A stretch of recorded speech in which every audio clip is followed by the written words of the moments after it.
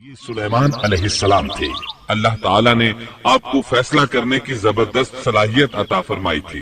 سورۃ الانبیاء آیت 87 میں ہے۔ اور داؤد اور سلیمان کو یاد کیجئے جبکہ وہ کھیت کے معاملے میں فیصلہ کر رہے تھے کہ کچھ لوگوں کی بکریاں اس میں چر چک گئی تھیں اور ان کے فیصلے میں ہم موجود تھے۔ ہوا یہ کہ دو آدمی ہمسائے تھے، ان میں جھگڑا ہو گیا۔ ان میں سے ایک کے پاس کھیت تھا، اس میں اس نے فصل بو رکھی تھی، دوسرے کے پاس کچھ بکریاں تھیں۔ بکریوں کا چرواہا رات کے وقت دیوار والے دروازے کو بند کر دیتا تھا تاکہ بکریاں نکل کر فصل کو نقصان نہ پہنچائیں۔ ایک دن وہ دروازہ بند کرنا بھول گیا، بکریاں کھیت میں آ کر چرنے لگیں، فصل خراب ہو گئی۔ دونوں داؤد علیہ السلام کے پاس آئے، اپنا مقدمہ پیش کیا۔ داؤد علیہ السلام قاضی بھی تھے۔ اس وقت سلیمان علیہ السلام کہیں گئے ہوئے تھے۔ داؤد علیہ السلام مقدمہ سن کر کہنے لگے، یہ بکریوں والے کی سستی کا نتیجہ ہے، اس کا حال یہی ہے کہ وہ تیری بکریاں اپنی تحویل میں لے لے۔ دونوں فریق باہر نکلے تو سلیمان علیہ السلام سے ملاقات ہوئی۔ انہوں نے تفصیل سن کر فرمایا، میرے ساتھ آؤ۔ وہ انہیں داؤد علیہ السلام کے پاس لے آئے اور بولے، اس مقدمے کا اس سے بہتر فیصلہ یہ ہے کہ یہ بکریاں زمین والے کو دے دیں اور زمین بکریوں والے کو۔ جب بکریوں والا زمین کو پہلی حالت میں اگا دے گا تو آپ دونوں کی چیزیں انہیں لوٹا دیں۔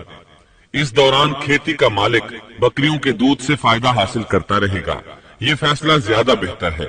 اس سے بکریوں والا اپنی بکریوں سے بالکل محروم نہ ہوا اور کھیتی والے کا نقصان پورا ہو گیا۔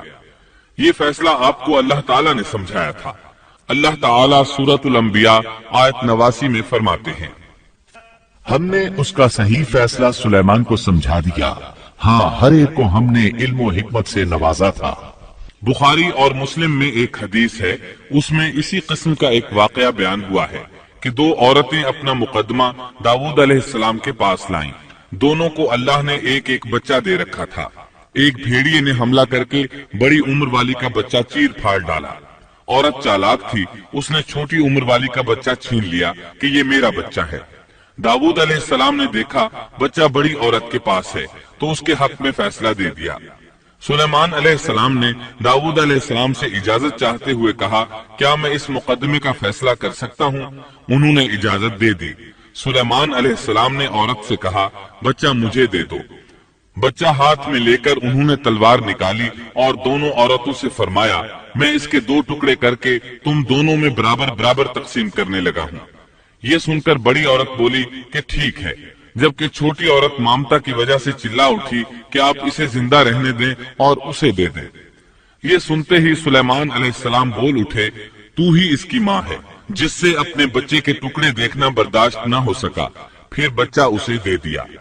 سلیمان علیہ السلام کا ایک تیسرا واقعہ قرآن میں یوں ہے، سورۃ النمل آیت 17 اور 18 میں ہے، اور سلیمان کے سامنے ان کے تمام لشکر جنات، انسان اور پرندوں میں سے جمع کیے گئے، ہر قسم الگ الگ کھڑی کر دی گئی۔ جب وہ چیونٹیوں کے میدان میں پہنچے تو ایک چیونٹی نے کہا، اے چیونٹیوں، اپنے اپنے گھروں میں گھس جاؤ، ایسا نہ ہو کہ بے خبری میں سلیمان اور ان کا لشکر تمہیں رونق ڈالے۔ ان تمام لشکروں کو اکٹھا کیا گیا تھا۔ اللہ تعالیٰ نے چیونٹی کی یہ بات سلیمان علیہ السلام کو سنوا دی۔